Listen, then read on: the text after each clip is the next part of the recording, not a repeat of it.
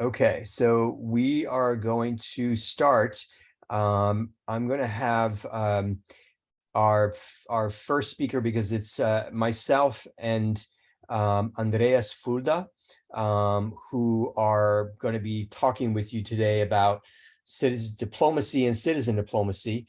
Andreas has an interesting history, and you're going to hear a little bit more about it, including Andreas's father. And so I will allow him to introduce himself first, and then we'll quickly go around and do introductions. And again, I mean quickly. And then Andreas will start the discussion, and I will finish the discussion towards the tail end of our meeting.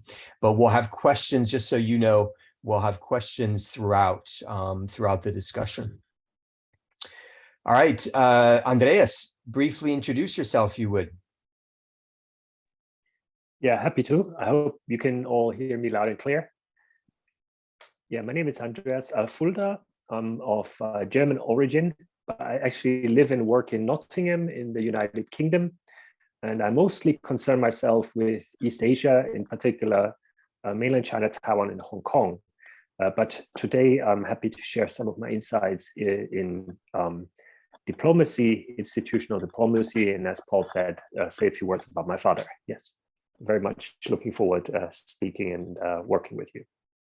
Great. Joe, if you can quickly introduce yourself. I'm Joe Tolson from Auburn, Alabama in the United States. I am a therapist, and I have 8 adopted boys from the foster care system. Great. May Long. Hi, everyone. I'm May. I'm from New York, USA, and I'm an intern here at Learning Life. Great. Nisith, who I believe is joining us for the first time. Yeah, good actually. And now I am in Japan. It's late night. So hello everyone. It's very nice to meet you all. So today I'm going to talk about the culture and the Bangladeshi family, traditional family, and their thinking. It's all. Yeah, thank you so much. Great. And Nisith, you can share a lot of your thoughts, if you can, on the Zoom chat, but definitely introduce yourself there if you would. Let's have Mohammed, who is also new, introduce yourself, please. Hello, I'm Mohammed Siawash from Afghanistan. I have studied English literature in Kabul, Afghanistan.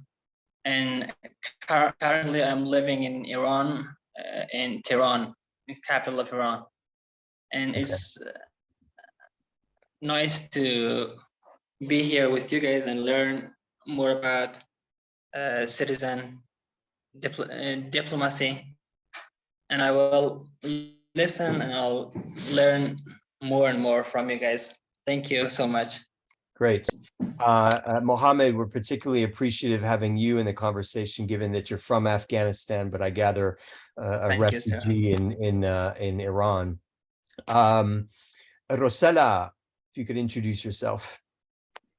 Yeah, I was writing it in the chat. Hi everyone, I'm Rosella from Italy, but currently I'm a sociology PhD student in the Netherlands. Great. Itai, if you could introduce yourself. Itai.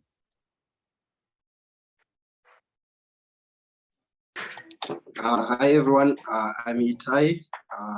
I was in South Africa, but currently now I'm back home to Zimbabwe. I'm a Zimbabwean. Great. Thanks, Itai. Tadiwa Mudede.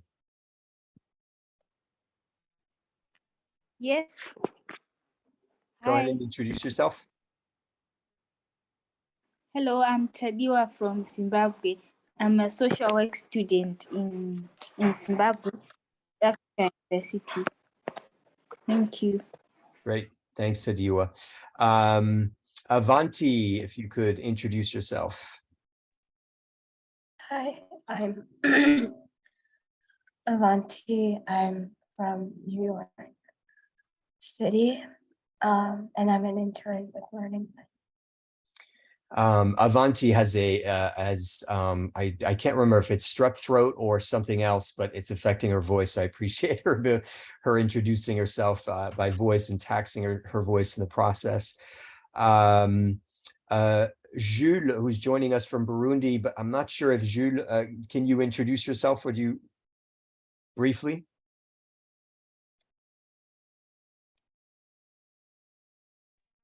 In English, but if not, in French. Bonsoir à tout le monde. C'est Gilles Nimele depuis le Burundi. Et je suis très content dans cette formation.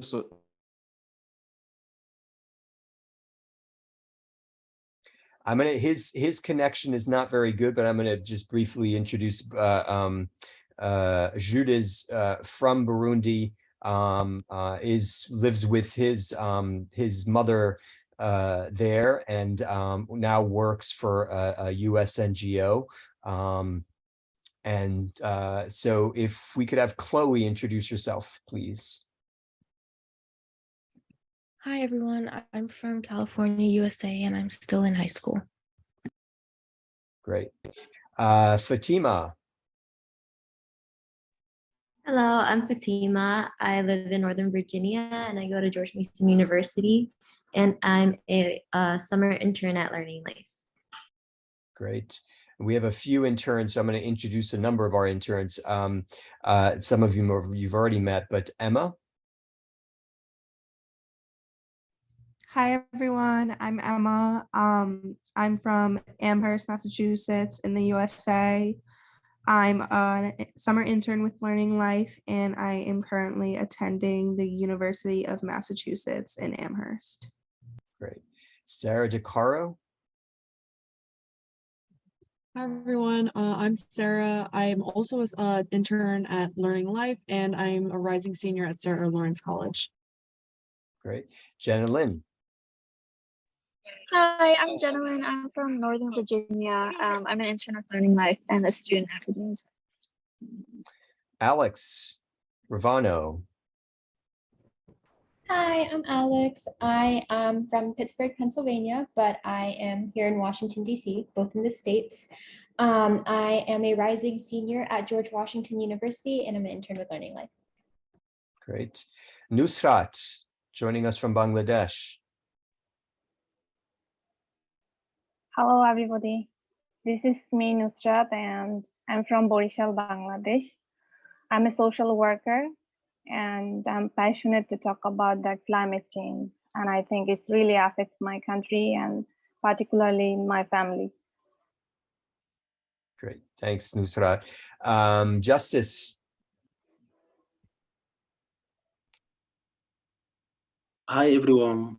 I'm Justice by name, joining from the city of Port Harcourt, Nigeria in West Africa.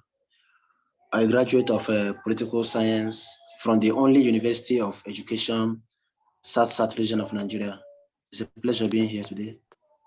Great. Thanks, Justice. Chirunim. Hi, everyone. I am Chirunim, reaching you from Port Harcourt, Nigeria. I am studying political science in Democratization, and I am former intern and Family Diplomacy Ambassador Learning Life. Thank you. Chirunim, whenever you speak, just remember to turn your video off. It's easier to hear you when you turn your video off. But in any case, Chirunim, if you didn't hear that, is joining us from Port Harcourt, Nigeria. He's been with us for since last year, and we're glad to have him. And Mulba from Liberia.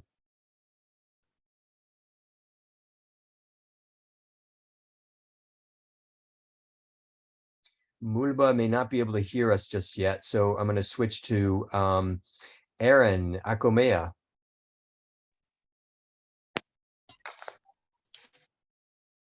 Hello, Paul. Yes, go ahead. Go ahead, Mulba. Sorry, I'm just joining. I don't know really where you guys are at right now. I just saw you calling my name, please. You just need to briefly introduce yourself, very briefly. Oh, okay. So yes, thank you.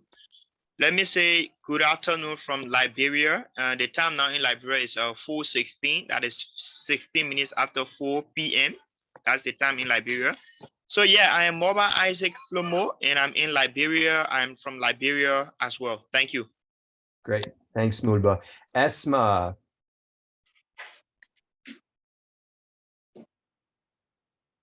Esma from Georgia, if you can introduce yourself. Yes, sure. So I'm Esma. I'm from Georgia, as you already have mentioned. And in terms of family issues, I don't know, I'm interested in many issues. It's kind of hard to prioritize, but I would say intergenerational dialogue, also mobility and migration due to wars and political instability and also disability are issues that interest me the most. And I wanted to mention that every time I join these meetings, I learn something new about our participants because I hear new issues and probably few new participants as well. And yeah, thank you. Yeah, great, Esma. Gustavo from Costa Rica. Hi, everyone. I'm Gustavo. I'm from Costa Rica. I'm currently living in Boston and working in youth and migration services for a mental health association. Thank you. Great. Last, because Aaron is on public transport and would like to, he basically introduced himself when he's on the platform, but I think, Aaron, what we'll do is have you introduce yourself more fully in the Zoom chat because we need to move on. But Jayed is joining us and I think is new. Jayed, I don't know if I have your name right.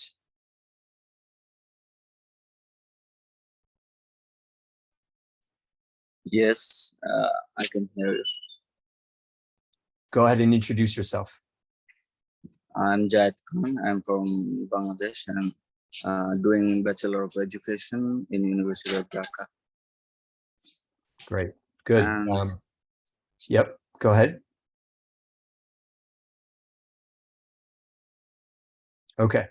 We're going to get started. Lakshmi, who is joining us from India, is unfortunately, I think, having troubles. But I had everybody introduce themselves this time because Andreas is new, and it would be good for him to get a sense of where everybody is coming from to hear your voices. But we are going to jump into things, and I want to let Andreas begin the discussion. I need to unmute myself. Okay, here. Yeah, thanks so much, everyone, for introducing yourself. That's very kind. It indeed gives me a good overview already. And I sincerely hope that my input will be of interest to you. In the following, I'm going to share my screen, so you will have to shout if it doesn't work, okay? So let's do this. You should now be able to see my slide with fingerprints. Awesome. Okay, let me jump right in. Paul was so kind to invite me to talk a little bit more about diplomacy, in this case, institutional diplomacy, or you could call it official diplomacy. And so let me briefly explain what I mean by that. So here I'm talking about diplomacy as a method of governments to influence other foreign governments, primarily through peaceful tactics and like negotiations and dialogue. And related to that, today we will learn about the role of diplomats, which are kind of country representatives who normally carry out their work abroad, but not exclusively, as we will find out. They're often also stationed in their home country, for example, in the capital city. And so what I would like to achieve today is to kind of demystify a little bit the profession of diplomats, because I've come to learn that there is a lot of, let's say, lack of understanding, or sometimes perhaps too much deference being given to diplomats, because they're being seen as very clever people who must be immensely educated, and therefore they are probably always right. After the end of my input, you will know that's not always the case. And so you should not feel that when you engage with diplomats that they're somehow better people, smarter people. They are smart, don't get me wrong, but that they are people you can engage with just like any other, politician or civil servant. And I would hope that you will feel empowered to have, a dialogue of equals. So very briefly, I will talk about the history of diplomacy, and I will talk about my country of origin, Germany. It's just a case study. I could have chosen any other country, let's say the UK, but I thought Germany is interesting. I am from Germany, and so I'll talk a little bit about the history of diplomacy and how it informs my view of diplomacy in the here and now, in the present, and why I think there are actually also limits to institutional diplomacy. That's why citizen diplomacy is so important. And I hope we will have some time to discuss the need to modernize diplomacy. So let me jump right in. In terms of the history, I'm honing in on Germany because it's a country that actually many people assume, plays a big role on the global stage. But interestingly, Germany is very reluctant to play a global role. It has a lot to do with the history, the First and the Second World War. And very often it's being seen as a hegemon in Europe, like a very powerful country, but it's reluctant. It's not a very confident power. And so let me explain a little bit why that is. Germany only became a nation state very late under Bismarck, who was a fairly autocratic ruler.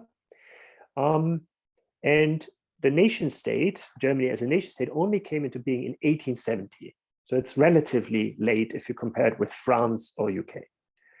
Now, Chancellor Bismarck was very dominant in foreign policy making in terms of striking relationships with other countries. But he was also very, effective in bringing the country together and uniting Germany.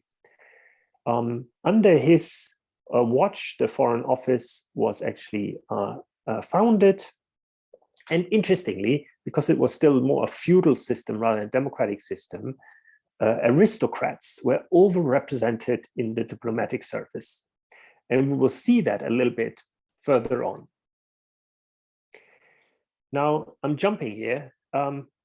Bismarck was pushed out of office. Wilhelm II basically started World War I. After World War I, the Weimar Republic, a very short-lived period of democratic reform in Germany, effectively failed, also primarily because of the rise of the Nazi Party. So already in 1920, they tried to gain power. Luckily, they didn't succeed. But then, very unfortunate for Germany and the world, Hitler gained power in 1933. Now, I'm mentioning this because this affected the foreign service. So Germany's foreign office had to fall in line during the Nazi period, those 12 years.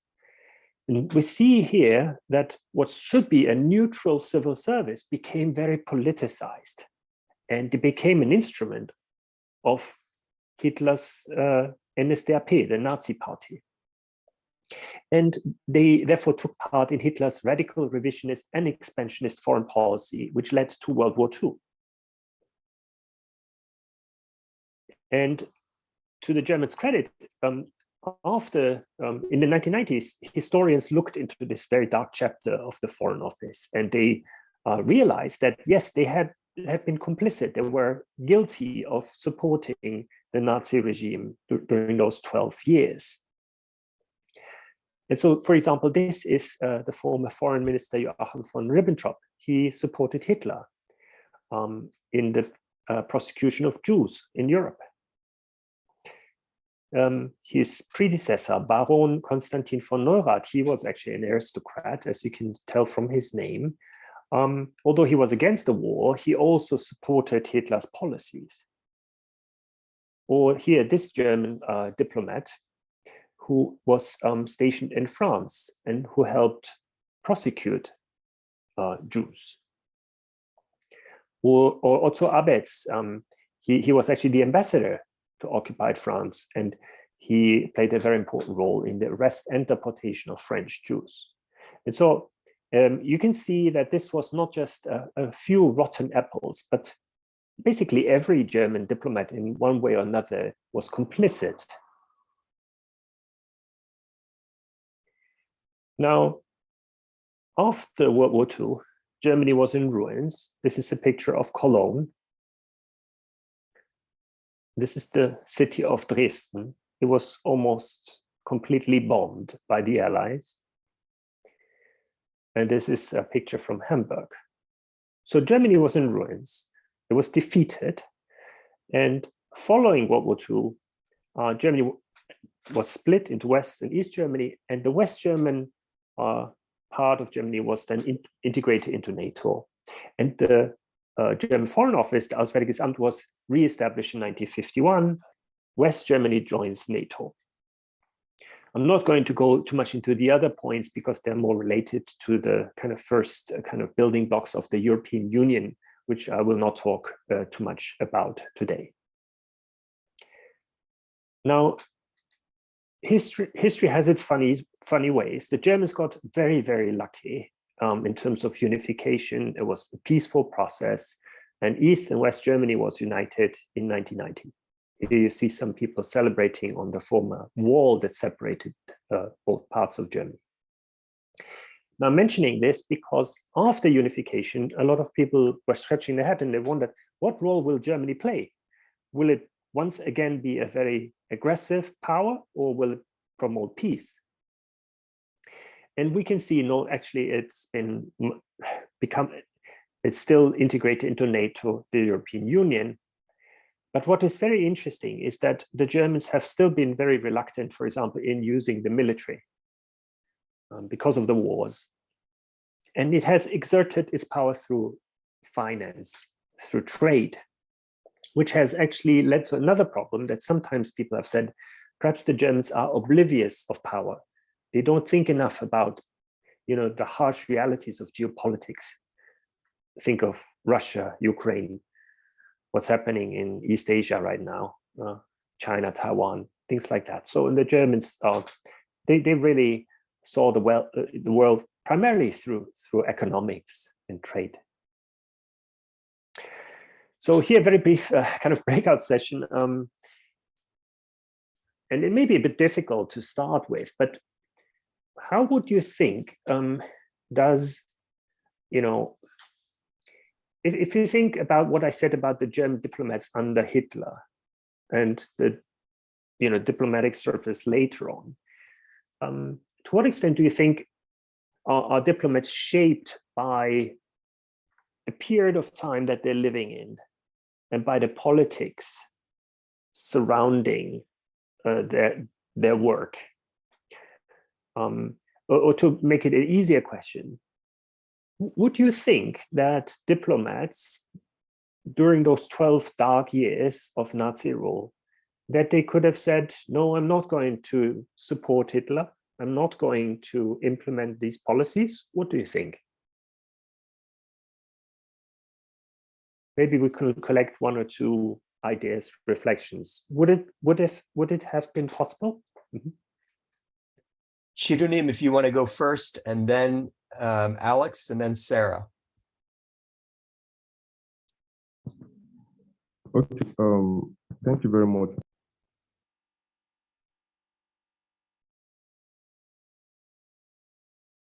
Oh, I think Chirunim's having connection issues.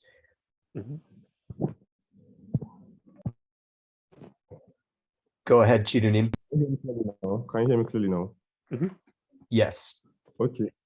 I think it wouldn't have been possible for diplomats to outrightly go against the will or the wish of the leader in that time, because it is an institution and the leadership really represents the aspirations of the people, and so those who are appointed as diplomats have to follow what is the will of the institution. Okay, so Chirunin thinks that you can't go against Hitler, at least. I'll add that Gustavo in the Zoom chat says that German diplomats were enablers of Hitler's revisionism, and he used the term enablers here. So Alex, Sarah, and then Aaron. It's something that I thought was a bit interesting in the presentation. Andrea, I think you mentioned the Foreign Service was meant to be neutral. And I was going to ask what the role of the Foreign Service was, or if you could expand a little bit more on the neutrality of German diplomats prior to World War II, because something that I always think about, at least for modern diplomacy, is the idea of either enhancing domestic or like America, or specifically for America, it's on the policy of either the president or it's the policy of the current politics. And so I was wondering what specifically you meant by neutrality, because not to compare it to Hitler or anything, but I have always kind of thought of American foreign policy and diplomacy and the US State Department as following American politics in general. Yeah, and so that gets to, and Andreas, hold off, I guess, on answering that until we've kind of gotten a different feedback. But just note that question. It does get to this good question that Alex is asking, because in the United States, at least, and you may want to give us some insight about what's happening in other parts of the world. But in the United States, by definition, diplomats, at least the top diplomats, yes, there's a career foreign service, but there are a lot of political appointees, and they're all, whether they're career diplomats or political appointees, they're expected to follow the politics and the policy of the president in office. Yes, there are kind of long-term interests, but there's, so if you can kind of explain that, I think Alex asked a good question here. Sarah? I would say kind of similar to what Alex was saying in terms of, I don't think that diplomats back then would have been able to go against Hitler, just because if they are institutional diplomats and they have to be aligned with the institution, and if they're not, like if they were not, if they didn't agree with what was being said, then they would not be, I mean, not necessarily that they wouldn't be institutional diplomats, but they would have to choose to step down from being institutional diplomats and being associated with the government itself. Yep. Aaron?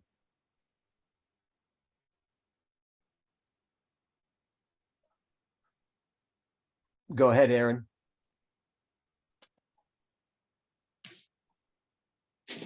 I think Aaron's having connection issues. So I'm going to have Andreas go ahead and if you could just offer some responses. Yeah, I'd be happy to. I mean, many of these points are really excellent, and I certainly wouldn't disagree with your feedback. In terms of the neutrality issue, civil servants are supposed to be in a kind of way like apolitical, because it's quite possible that you personally, as an individual, you vote for the Green Party, or perhaps you're more a conservative, or you're with the Social Democrats, or whatever the parties are called in your country. But as a civil servant, you have to implement government policy, and that may be a government that you don't support. That's quite possible.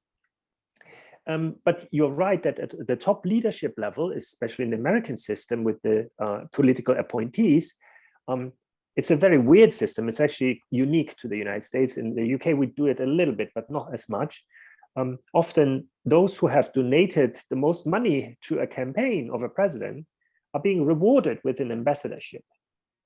As I said, this is quite common in the United States, not so much in the UK, and it's almost unheard of in Germany. But the reason there's a benefit to that, because if the president picks the ambassador, then he or she is going to be loyal to the president. So that's good, right? The flip side of the coin is if the president is not like the most capable person, then you have ambassadors actually doing like the cheerleading for said president. Yeah, so there are always two sides to this. Yeah, but I think this is really excellent, and I would like to kind of hone in a little bit more about the complexity of, the kind of tensions that diplomats are under in the next part. So maybe I can just carry on. Okay. And so here it's getting very interesting, but also a bit complicated. I already mentioned that the German government of now is very reluctant to use military power. They will always use diplomacy and dialogue, which is good.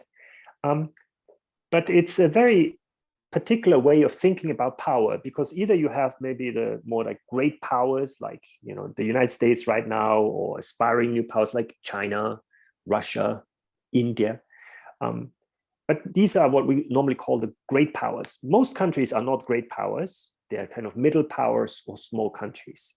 And so they can't use military might or economic might to, boss other countries around.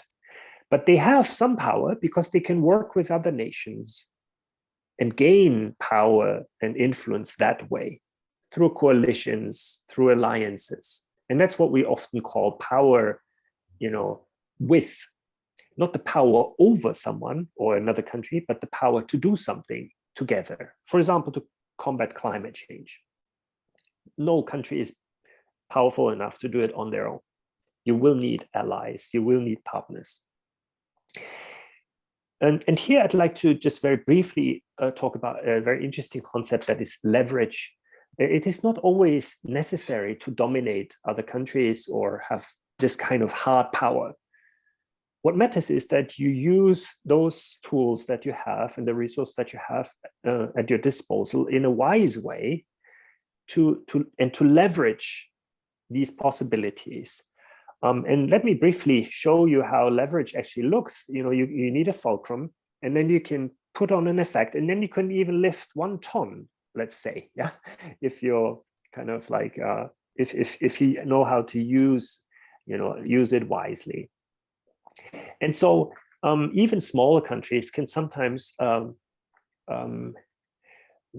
pull above their weight and have more influence than you'd think. Think of like a small country like Switzerland, for example, which hosts a lot of international organizations. You would not normally associate Switzerland with a powerful country, but it does have a lot of influence in global affairs. Now, in the German case, because of the division that we had, West Germany, East Germany, West Germany was not what we consider a sovereign state. It was very much dominated by the United States, the United Kingdom, and France, who for a long period of time controlled West Germany. And only after unification, Germany regained its sovereignty. But there's a very interesting continuity that is checkbook diplomacy. So very often Germany would say, okay, we can't really boss people around, but we will pay.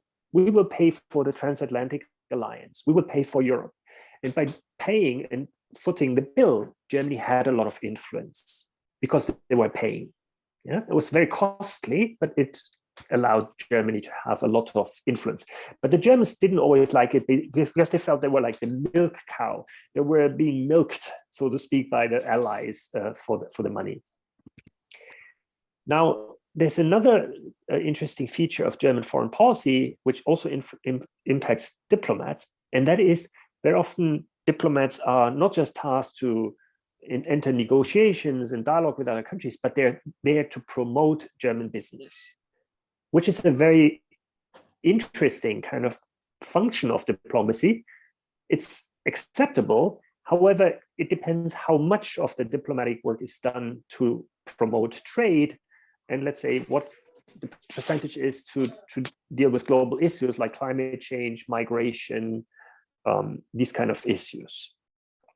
And so often the question has been raised whether diplomats are not in fact just door openers for German industry. And this, of course, not unique just for Germany. It's also what British and American diplomats do. But this is something you need to keep in mind. Are these diplomats, what role do they play and what interests do they pursue? And so when we talk about interests, often politicians or even diplomats will say, okay, this or that is in the German interest, in the German national interest, or in the American interest. But the question is then, who actually defines what is or isn't in the German interest? Is it to promote trade, or is it to stop climate change? Or maybe both, yeah? This is the big question. And when you have conversations with diplomats, wherever you are, ask this question: how would you define Bangladesh's national interests, or the interests of Nigeria, Liberia, or whatever country you are currently living in? It's a very difficult question because there's not one answer. Yeah, because different people will have different ideas of what the national interest looks like. So don't just take it for at face value when the president says this is in our national interest. Maybe, maybe not. Yeah, you have to think for yourself. And the reason why that is Andreas, just so you know, you have about 20 minutes. Okay, I'll be quick. The reason is that politicians and also diplomats are often influenced by companies, by pressure groups, by NGOs. And so they're not isolated. They may have all sorts of kind of stakeholders to respond to. And so it's not very straightforward. You may think, oh, this is clearly in the American interest or a German interest, but it's more like sausage making. A lot of things are going into a sausage. It's not a pretty picture and not a pretty process, but that's you'll get a sausage all right, but the ingredients may be from all sorts of stakeholders. Yeah. And so another important point, you may think diplomats are only in the or diplomacy is only being conducted in the Foreign Office. Not necessarily, because under globalization, actually now all ministries in a given government have international links. So that could be, the Ministry for Economic Cooperation, or for the environment, or for scientific research. And so it's not just the Foreign Office that plays a huge role, although in the other ministries, we wouldn't talk of the civil servants as diplomats. But increasingly, in these other ministries, we do see people who play a similar role. Maybe, Paul, given that I only have 20 minutes, we can skip this question, but this is really something that you should think about, the national interest, who defines it. Yeah, and as I said, don't just accept your presidents or prime ministers or any diplomat's word for it. You ask yourself what is or isn't in the national interest. Now, in terms of how institutional diplomacy works, I would like to briefly talk about Germany and the Foreign Office. This was in the former capital Bonn. They then moved to Berlin, and this is the big building in front that they built for this new Foreign Office. Here is a close-up. It's a very impressive building, I should say. I spent an awful lot of money for it. And so this is where I would like to talk briefly about what diplomats actually do. They work between governments. They're there to pursue national interests. Yeah, but I talked about the ambiguity. They're often generalists with foreign language skills, so they may have learned Chinese or Arabic or whatever. Yeah, but they have an additional language skill usually. They're admitted by a highly competitive process. So let's say they have 10,000 applicants, but they only accept 10 people. That is why it's so elitist. And when they are stationed abroad, they enjoy diplomatic immunity. So no parking tickets. They don't have to pay those parking tickets. Okay, little perk. And if they're being stationed abroad, often those what we call secondments, they last between 3 and 5 years. So here I'd like to briefly introduce my father. He's now retired, Dr. Gerhard Fulda. And I'd like to just use his career trajectory to show you how this could look like, yeah? In the case of a European diplomat, in this case, a German diplomat. So he started his training in 1970 in Germany. He was then sent to Morocco for further training, but it was mostly consular affairs, which is not so important, let's be honest. But it's just learning the ropes, so to speak. He then went to what we call a hardship post in Saudi Arabia. That was not very nice for my mom. I don't want to say anything negative about Saudi Arabia. It was very isolating in the early 70s. He dealt with economic issues, and then he went to Brussels to deal with European politics. And so he kind of started learning more complicated topics and dealing with these kind of issues in the first kind of 5 to 6 years. He was then sent back to Bonn, working on international law, as you can see, for 3 years. That's when I was born, basically, yeah. So I lived there in Bonn with him. He was then sent to Italy for 3 years to deal with politics, Italian politics primarily. And then he was sent back to Germany. So here you can see this rhythm. People are being sent abroad and they come back to headquarters. And here he learns more about the United Nations systems. And as you can see, he's already deputy division chief in headquarters. He's then sent to Egypt, to Cairo, as the kind of deputy ambassador, also dealing with politics. And then suddenly he tells us, oh, I have to go to Switzerland. We say, no, for business trip, no, we have to move there now. So after Egypt, Switzerland, and he deals with human rights issues. Goes back to Germany for a longer period of time, dealing primarily with economics. This is quite important. Yeah, he deals a lot with economics and technology. And then in his final years of the career, he becomes ambassador to Indonesia. Now I'm showing you that with all these flags to kind of show you a little bit the rhythm of these secondments. And I want to ask you a question, and you don't have to be kind and say, oh, this is brilliant or whatever. So, I'm not looking for this kind of commentary, but I would like to ask you this following question. What do you think are the advantages of rotating diplomats that way? What could be an advantage, but what also could be a disadvantage? Yeah, so just give me a brief reflection on, the possible advantage or advantages and disadvantages. Rosella.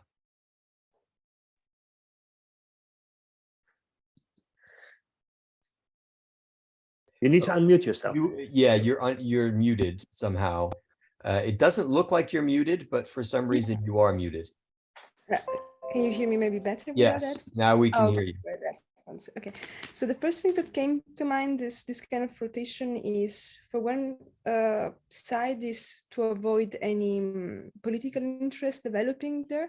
The same structure is even for police officers in Italy. Every 4 years they have to move region across Italy to avoid any conflict of interest, and to keep meritocracy and avoid any sort of corruption. But at the same time, I think regarding diplomats is because you don't have to lose the sight and the perspective of your hometown. This is why every 4 years diplomats have to come back, because they have to keep in mind or keep track of what is actually happening in their hometown to promote it then abroad. So it's really common that diplomats have this rhythm. Their home country, I guess, is what you mean. Yeah. Itai?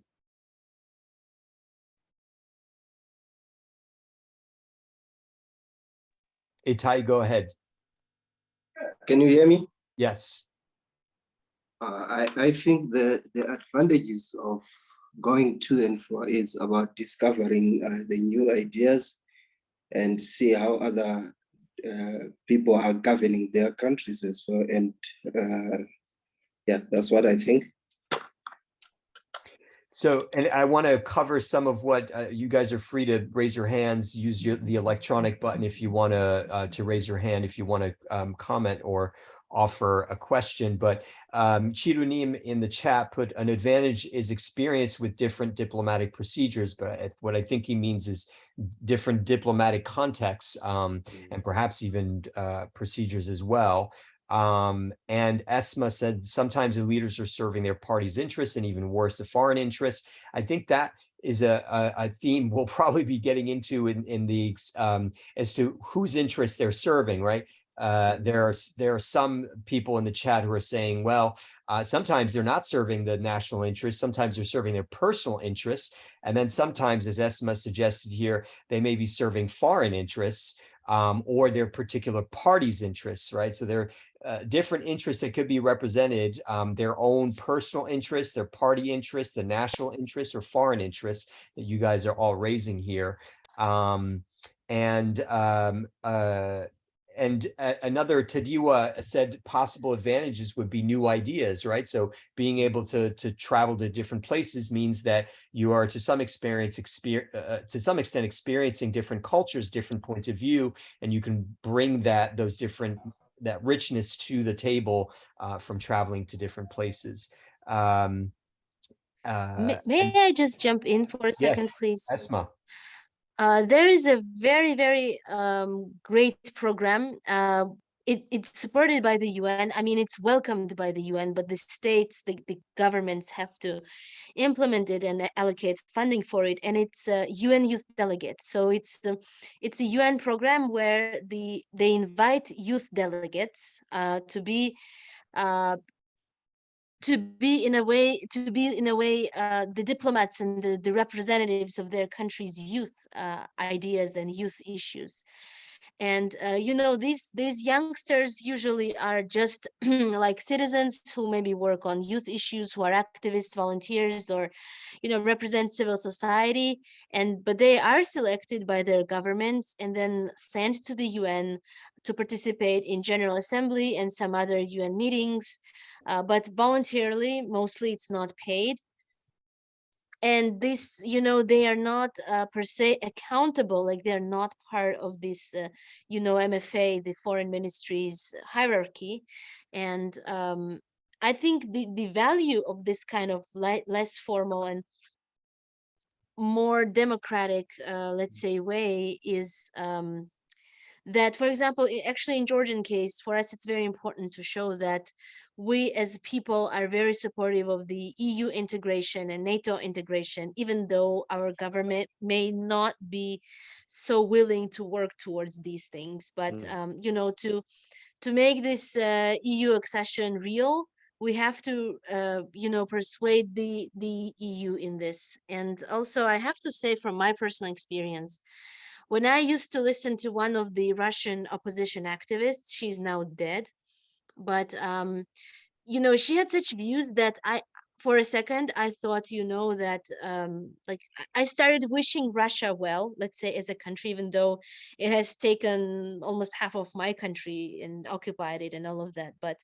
I started wishing Russia well in a way that I started thinking and dreaming that maybe how could it be possible that somehow, the regime changes in Russia and somehow we can live together, as neighbors, and like Russia not being abusing us, but also at the same time existing as such. And I stopped wishing Russia to be destroyed for a little moment, and then she passed away, and there is nobody right now for whom and because of whom I may wish Russia well as a state.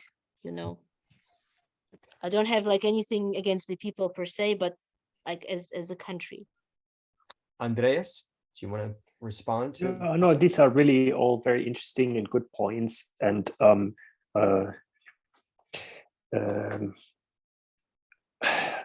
yeah, I'm glad that we're already kind of seeing a little bit of a segue towards citizen diplomacy. And I really want to kind of like maybe offer a couple of final remarks, also talking about a few of the downsides maybe of institutional diplomacy.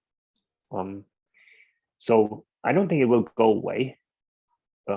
Between governments and nations, we will always have to have some form of dialogue and communication. But I have had many interactions, not just with German diplomats, also with US diplomats, British, Canadian.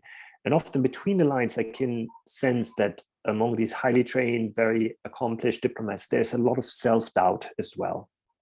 So for example, in Beijing, once a German diplomat said to me, I don't know who reads our cables. Will people in Berlin act accordingly?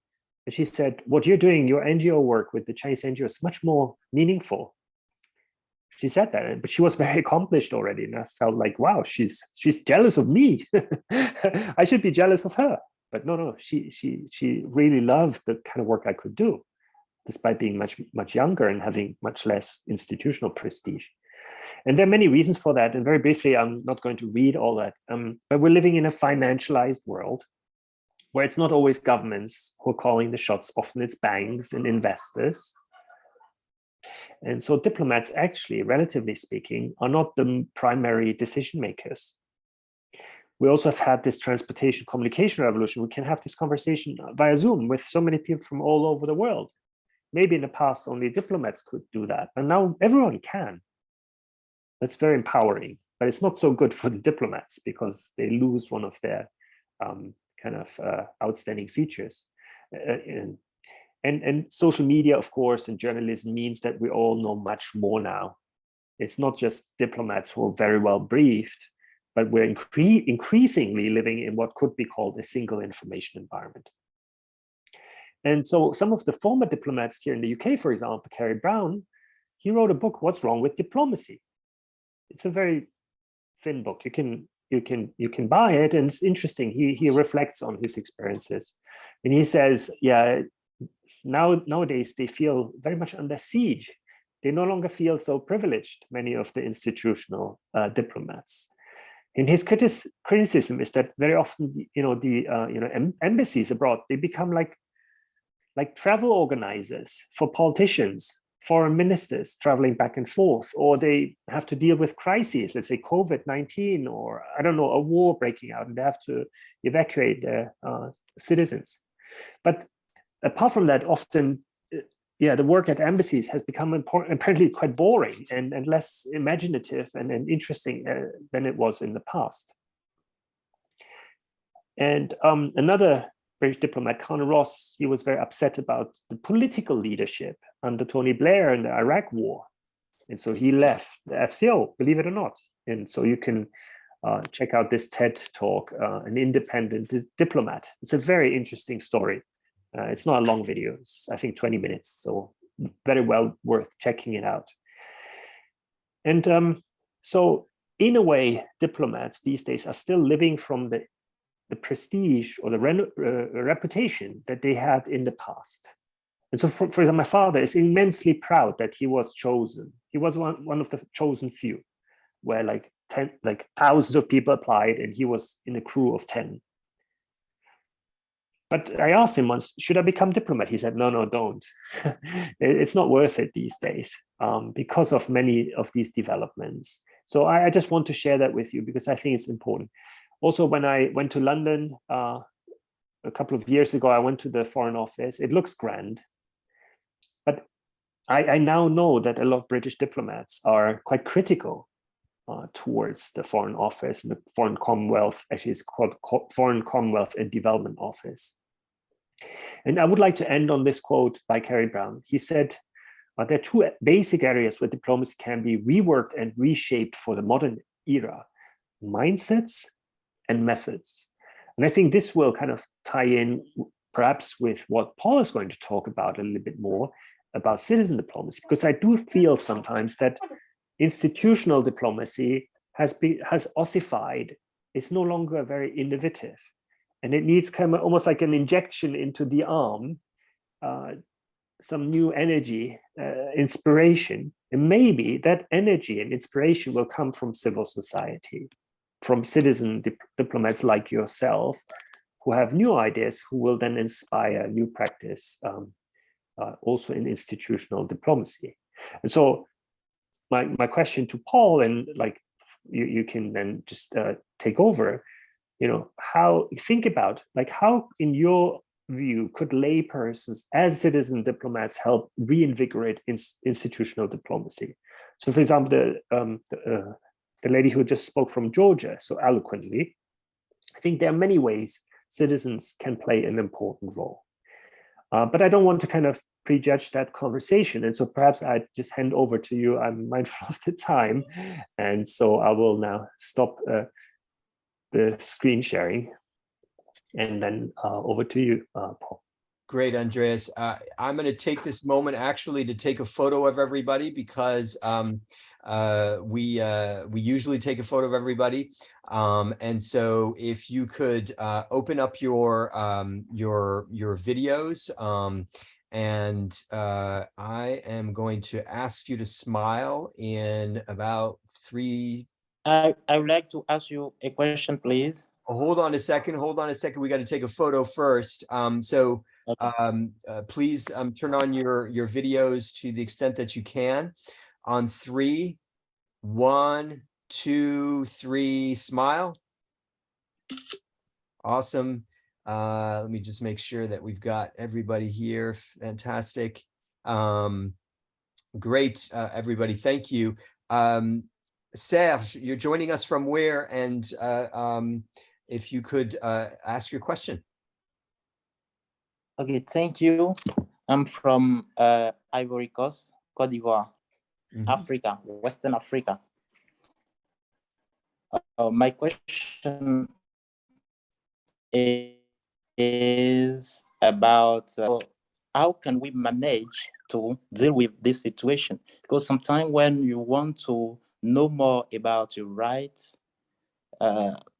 sometimes you face some difficulties. So I would like you to give me some piece of advice to manage with this kind of situation.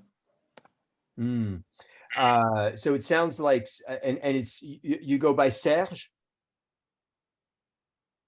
Is that your first name, Serge?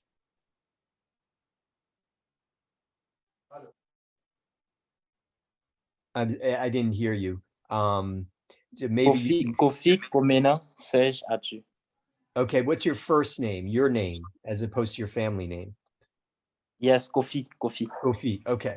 Yes. Kofi, if I'm understanding correctly, you're asking about kind of your rights and the ways in which that might, you have, in some sense, some problems exercising those rights, correct?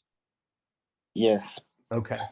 Well, thank you for that question, because I think you're asking a question that other people probably would have. It is something, we live in very different countries. There are some countries, obviously, where if you exercise your rights to assemble, to speak, to write, etc., and so forth, to protest, in some countries, the police doesn't do anything to you. In other countries, as I think actually Mulba shared with us just recently in the Zoom in the Facebook chat for our group, sometimes you get beaten up by the police, if not killed. So we do want you to be careful, obviously, as you begin to kind of exercise your rights, and we hope you will exercise your rights. But yeah, this is an ongoing issue. I want to switch and talk with you guys a little bit about some of the implications for citizen diplomacy of what Andreas laid out. So I'm going to share my screen and I'm going to ask you some questions along the way. And so hold on a second and let me share my screen and then share these slides with you.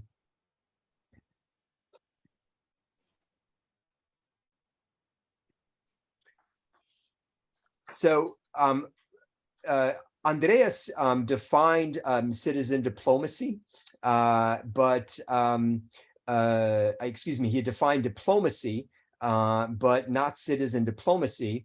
And that's good in a sense, because I'm going to be offering you a couple of definitions of citizen diplomacy. So whereas diplomacy, as he defined it, is kind of, you might say, negotiation or influencing foreign governments without the use of force, but rather through negotiation, a coalition building, and other kind of peaceful techniques by official diplomats. I want to give you two definitions of diplomacy and figure out what you see are the differences and the similarities in these definitions. So one is citizen diplomacy is dialogue or collaboration between citizens of different countries for shared purposes, be these educational, cultural, religious, economic, political, environmental, or else. A second is citizen diplomacy is the concept that every global citizen has the right, even the responsibility, to engage across cultures and create shared understanding through meaningful person-to-person interactions. Citizen diplomacy is recognized as a powerful force in building and sustaining a secure, economically sound, and socially interconnected world. Okay, so my question here is, what do you notice about the two definitions, and what do they emphasize, and how are they similar or different? Your thoughts, Esma. And I'd love to hear from those of you who have not spoken as yet. Esma, go ahead first. I think I raised the hand to say something else, but I think still it's pretty close. I mean, while we speak about formal diplomacy, it's only about like persuading others not to use the force, while when we speak about citizen diplomacy, it's more about positive peace, let's say, not about coexistence and cohesion instead of, just not fighting each other. But I actually wanted to say that like official formal diplomacy, it's like military, there is a very rigid hierarchy. And yes, just as somebody has mentioned, often they have to, sort of accompany the government members who are traveling and all of that. So, yeah. And keep in mind, so you can, by all means, there are actually, I guess you're answering a different question, which is what is the difference between official diplomacy and citizen diplomacy? The question I'm asking is, what do you see as the difference between these two definitions of citizen diplomacy? You can go with either because I think they're both questions worth answering. Aaron? Aaron Akomea.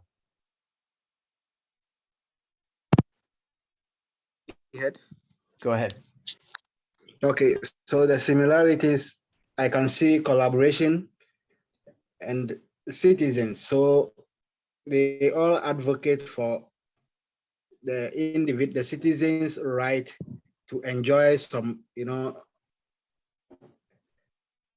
facilities, for example, economic, political freedom, and be able to exercise their rights.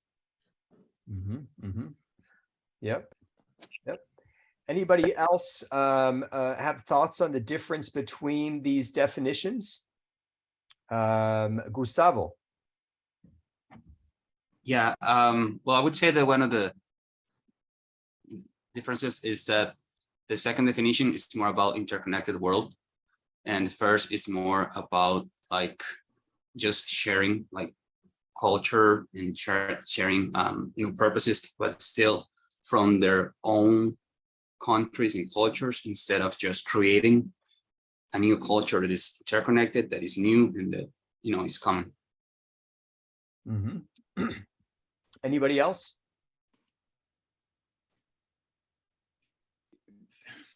Joe. Yeah, one is to me a method as opposed to the overall meaning behind what citizen diplomacy is. So I don't see them disconnected. I just think number one is more of the way or the method that you would do it, as opposed to the responsibility and who's going to do it is more captured in the second definition.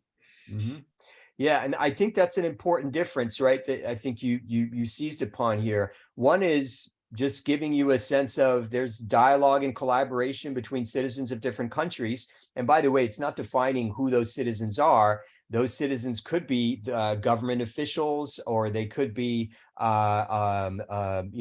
nuclear scientists, or they could be farmers or whatever. It's collaboration and dialogue. But the other one is actually saying you have the right, even the responsibility, to get involved as citizens. So it's going in a moral direction and saying, look, we have the right, and we need to be exercising that right. So that's one key difference. Justice. Okay. Hello. Yes, go ahead. Okay. From the two definitions, citizens. Now, the first one is talking about the activities, the all-round activities involved in the course of citizen diplomacy. While the second definition is giving an overview and an overall concept of what citizen diplomacy is all about. Talking about the activities, the rights, and the recognition in the course of sustaining economical, sound, and social interconnected world. I think you're getting at, Justice, something important here, which is if you look at the last sentence of the second definition, it is to some extent giving a vision of what citizen diplomats should be doing. What's the kind of world we should be working towards? It's a secure world, right? A world that is economically sound, whatever that means, but that's working for everybody, presumably, and socially interconnected, right? So there are three kind of goals. The first definition gives you no goals whatsoever. So those are two, I think, key differences between these definitions. It's not to say that one or the other is correct, but they're telling you different things about citizen diplomacy. One is just kind of describing what citizen diplomacy is. The second one is creating this moral imperative that we not only have the right, but the responsibility. It's calling upon people to participate, but also it's telling us what kind of world we should be building, one that is more secure for more people, safe for the world, economically sound, and socially interconnected. So things to keep in mind when we're about citizen diplomacy. One is that as citizen diplomats, you heard last week about some individuals who are acting on their own, sometimes in concert with others. But Greta Thunberg, Malala, and other diplomats sometimes are working. Actually, I'm confusing this group with another group, because I don't think we talked about those, and I'm sorry. But nonetheless, you might recognize those names, right? Greta is a famous environmental activist from Europe, but she's known across the world, and she's been advocate for acting on climate change. Malala was shot in the head in her home country of Afghanistan by the Taliban, and has become an advocate for girls and women's rights and education. And so they are forces upon themselves, right? Oftentimes identified as individuals, but they often act in groups. In fact, if you want to get stuff done, you usually have to act in groups, especially if you don't have power, much power, official power or institutional power. So we act with, independent, or against governments. That's a second point. And then there are some questions that we all should keep in mind as you think about what citizen diplomacy is, and evaluating different kinds of citizen diplomacy. One is, who do we represent? And I want to give an example. For instance, is Joe Tolls, sits on our who's in on this conversation, sits on our board, and in some sense is, you might say, can become an advocate for foster kids in foster care and the families that adopt those kids, right?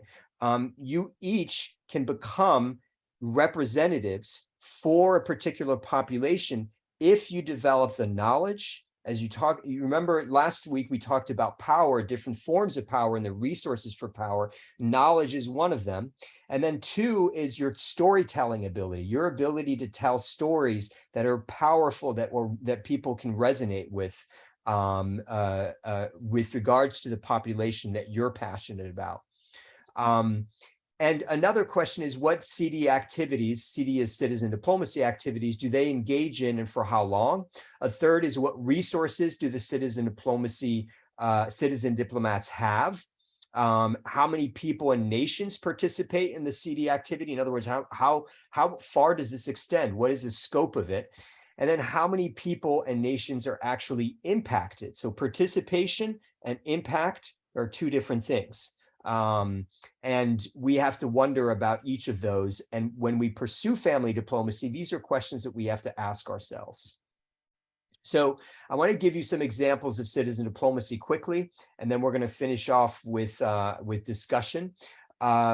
Digital diplomacy is a hot topic nowadays. It's basically the world of when people, individuals, and organizations use the internet to influence debate and to influence action on the part of official diplomats or others, or they're working together as international NGOs or individuals.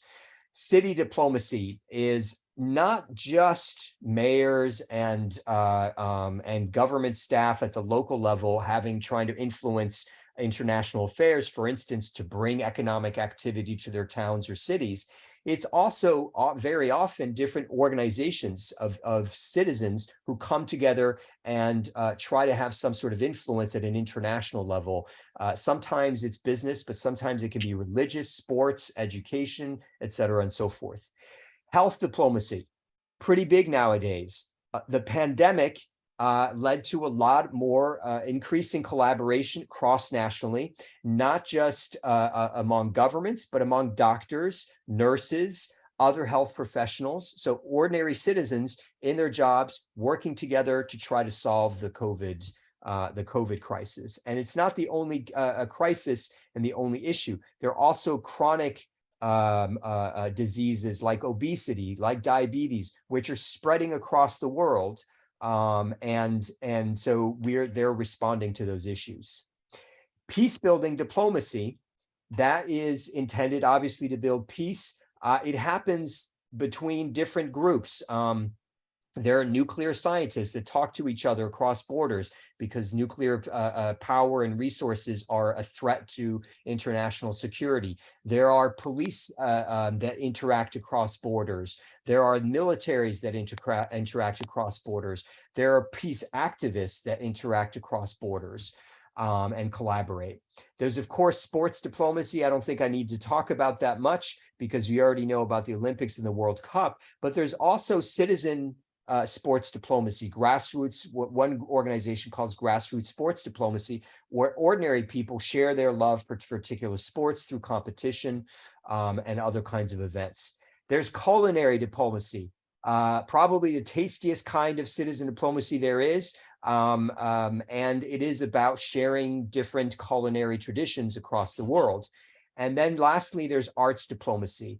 These are not the only kinds of diplomacy out there. There is growing number of different kinds of citizen diplomacy that people are engaging in. Dance, music, painting is just some of the examples, are just some of the examples in the arts diplomacy, arts diplomacy sphere. So a question I want to ask you, and I'm going to reserve this, I think, until the end, is what do you think citizen diplomacy, why do you think citizen diplomacy is growing more popular? But I'm going to finish, I believe, with one slide, which is trends favoring the growth of citizen diplomacy. First, advances in international transportation, and Andreas already kind of alluded to this. So more plane travel, more trains, more highways means that there's more interaction and more discourse and transfer between countries.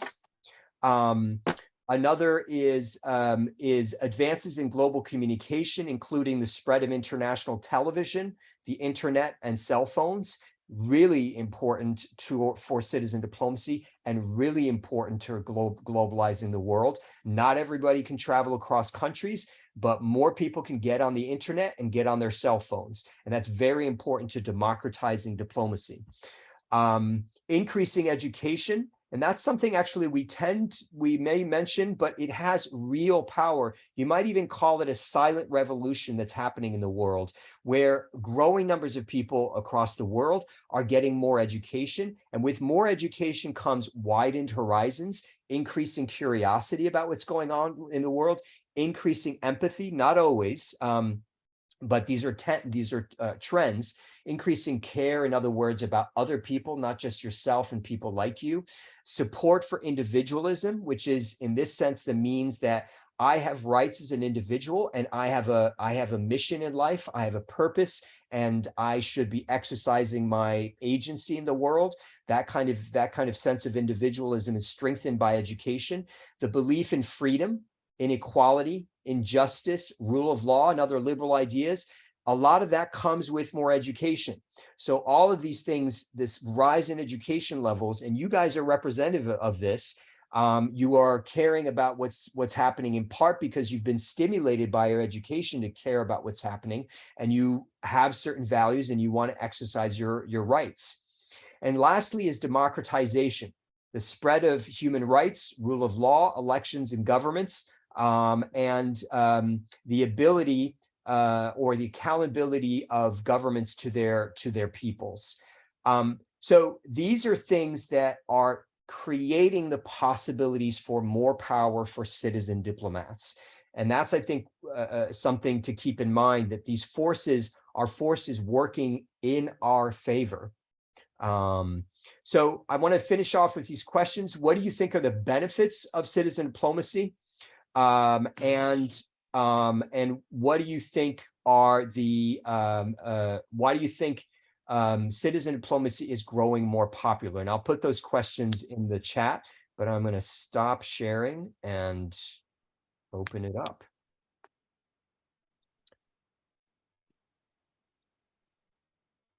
Your thoughts?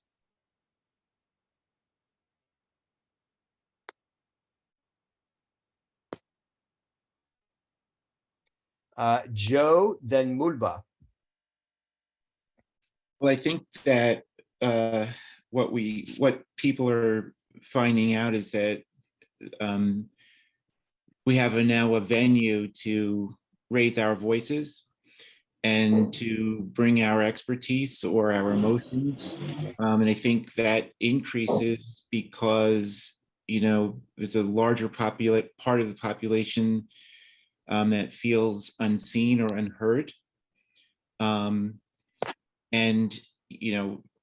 at least for me, I feel like when I reach out to people about an issue, I can make a connection that, at least for me, feels more pure and more unfiltered and less controlled. It's not a message out of gain for power or persuasion. It's really just about being able to share the human experience with other people who have the ability to share the human experience. And I think in many ways, that's much more powerful.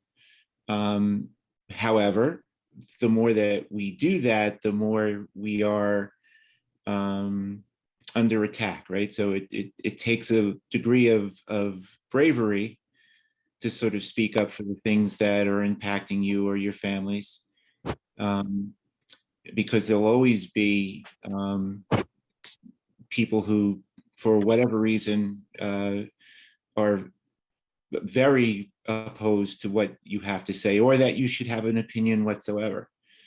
So I think it's growing because there's access now, and people do have things to say. And I mean, I would hope, I'm not so sure, but I would hope that people are responding to the messages of ordinary everyday citizens because there's a positive human connection to the information that's being shared. Thanks, Joe. Mulba. And if you guys can be as brief as you can, so we can, in the last few minutes, kind of get as many comments as possible and thoughts from you guys. Mulba in Liberia, go ahead. Okay, thank you so much. Again, I'm Moba Isaac Somo from Liberia. So with regards to the question being asked, I think citizen diplomacy is on an increase and it's a kind of concern. I think it's a kind of major concern. Probably the world has come to a point of realizing that there are similar challenges that we have. And so coming across the table, sitting around the table to be able to discuss the solutions for them is actually a major concern now that I think the world is gradually moving to.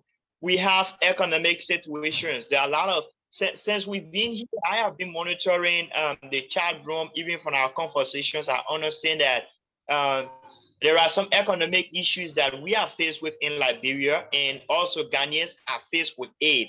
I also realized of recent, Cameroon is also one of the countries that is faced with some of the challenges we're faced with.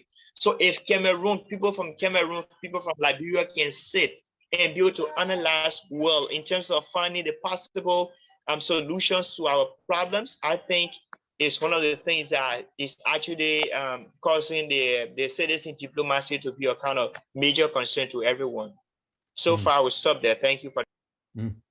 Thanks, Mulba. Gustavo. Yeah, regarding the benefits, I would say that it's to create bridges of understanding and communication. And regarding your question about what is becoming more popular, I would say that it's not only becoming more popular, but it's also becoming more natural. Because, and this is mostly because of social media, because like when I was a kid, it was so weird to hear about other countries, but today you get to see content from many different cultures in one day. So it's becoming more natural. It's becoming part of us. And also because of social media, governments have been forced to hear what people say, because public opinion in social media has become a really powerful manifestation tool. So now, governments are more aware, and they actually change their policies and their views based on the effect that they have in the social media. Rosella, and before Rosella goes, I would love to hear from Nusrat, from those of you who have not spoken as yet. So Nusrat, Mohammed, I think we heard from you briefly, but would love to hear from you more. Dennis, Anna, my mother who's joined us, Sammy, Abdul, Lakshmi, Avanti, etc., and so forth. Those of you who have not spoken as yet would love to hear from you. Please. A few of the people you've mentioned are actually typing, and they've been putting in the chat. So like Nusrat just said something. I don't know, should I say what they said? Yeah, if you would, that would be great. So Nusrat said, among 4 reasons for growing citizen diplomacy, I think increasing education and global communication played a big role. As people get insights, they can share easily, so it's growing. Great. And yeah, there are a lot of others who have contributed in the chat. If you have not as yet, we would love to hear from you. This is about hearing not just from us, but also from you guys and how you reflect on this stuff. Rosetta, go ahead. Yeah, well, just to add, of course, I agree with everything that has been said, that social media and the flow of information made citizen diplomacy more popular, but at the same time, I think the lack of political trust that is growing because of different crises that we are facing all around the globe is even one proof reason for that. Of course, there is like the lack of trust, the lack of legitimacy. People are moving towards other form of direction and government that more represent citizens. I experienced that in Italy, of course, with the rise of more like populistic parties than other parties that define themselves independent, so not on the right side, on the left completely new, and all of those failed, and especially then COVID completely destroyed all the expectative and all the plans that even these new independent parties had. And this is why I think the lack of trust is giving more legitimacy to this kind of independent and more citizen-oriented organizations or strategy.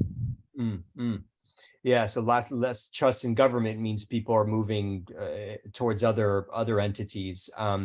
I'd love to hear, before we hear from Aaron, I'd love to hear from Mohammed, after all, who's joined us, well, as a refugee from Afghanistan in Iran. Would love to hear from you, from your perspective on these questions. Mohammed, you'll have to unmute. So now, do you hear me? Yes. Yeah. Based on those two questions, I want to say that the more the world progresses, the more people are being educated, and the people are going to understand what the world is going to be or going to be like. And the diplomats or the people who are on the top, on the rank of the governments, they will also understand that the people are more actuated, and the people can understand more and more as they knew before. And that's how the people will understand, and they will choose the diplomats. The people who will control the governments, they will choose themselves by as like that we have republic like this somehow.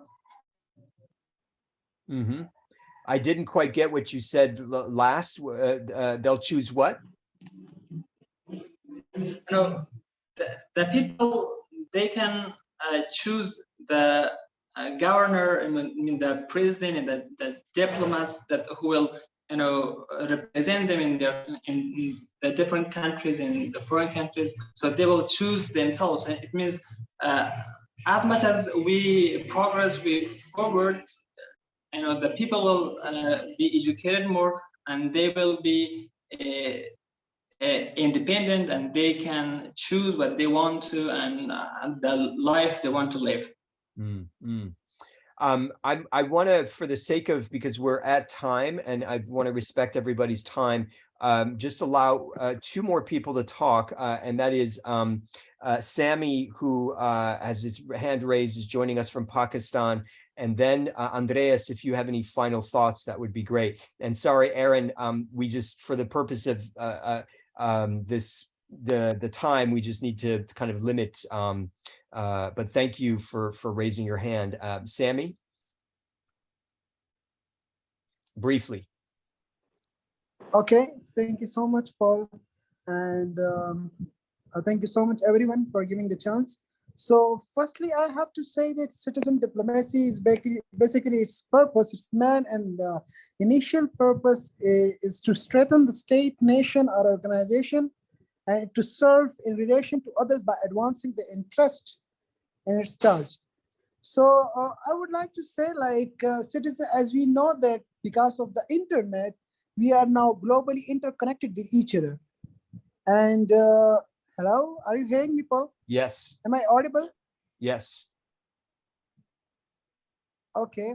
So the purpose of like it strengthens the state, it gives more understanding of beliefs, understanding of culture and its diversity. So the specific and the important purpose is to strengthen the state and to make their interest more achievable. Like I would give the example of internet as because of the invention of internet in 2000.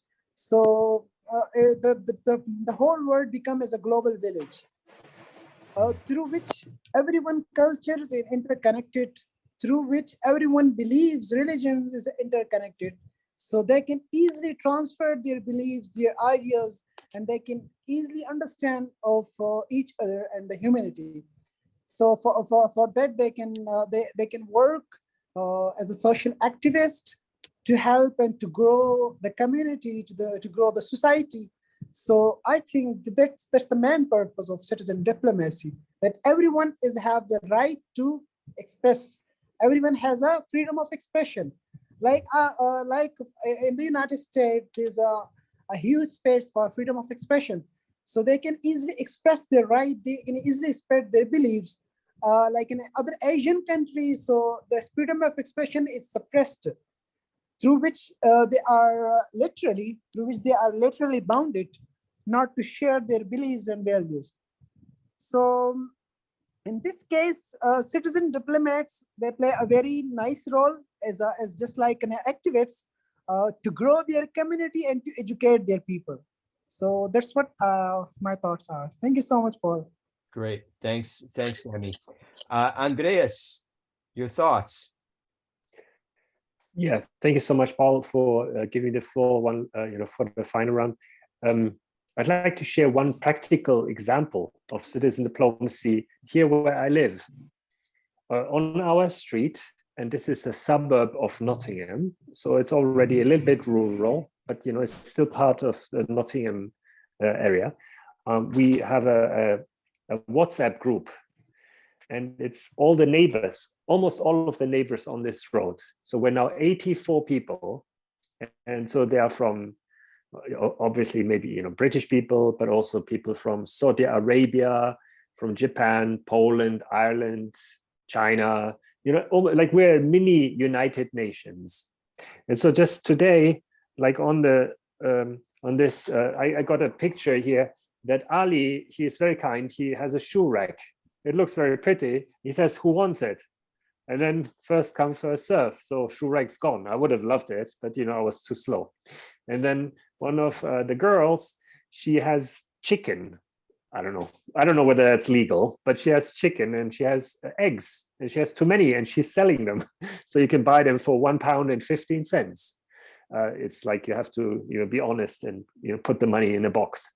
But during COVID, or when there was the heat wave, we also look after each other, and we check whether the elderly, if they need support with shopping, or whether they're healthy, because it's very hot, like we have a second heat wave right now. So I'm sweating quite a bit because the UK is not prepared for the heat. And so anyway, this is just one example. You could say it's not much, but actually it's a very vibrant community, and which makes sure that we look after each other and that people don't go sick, and and that we support each other.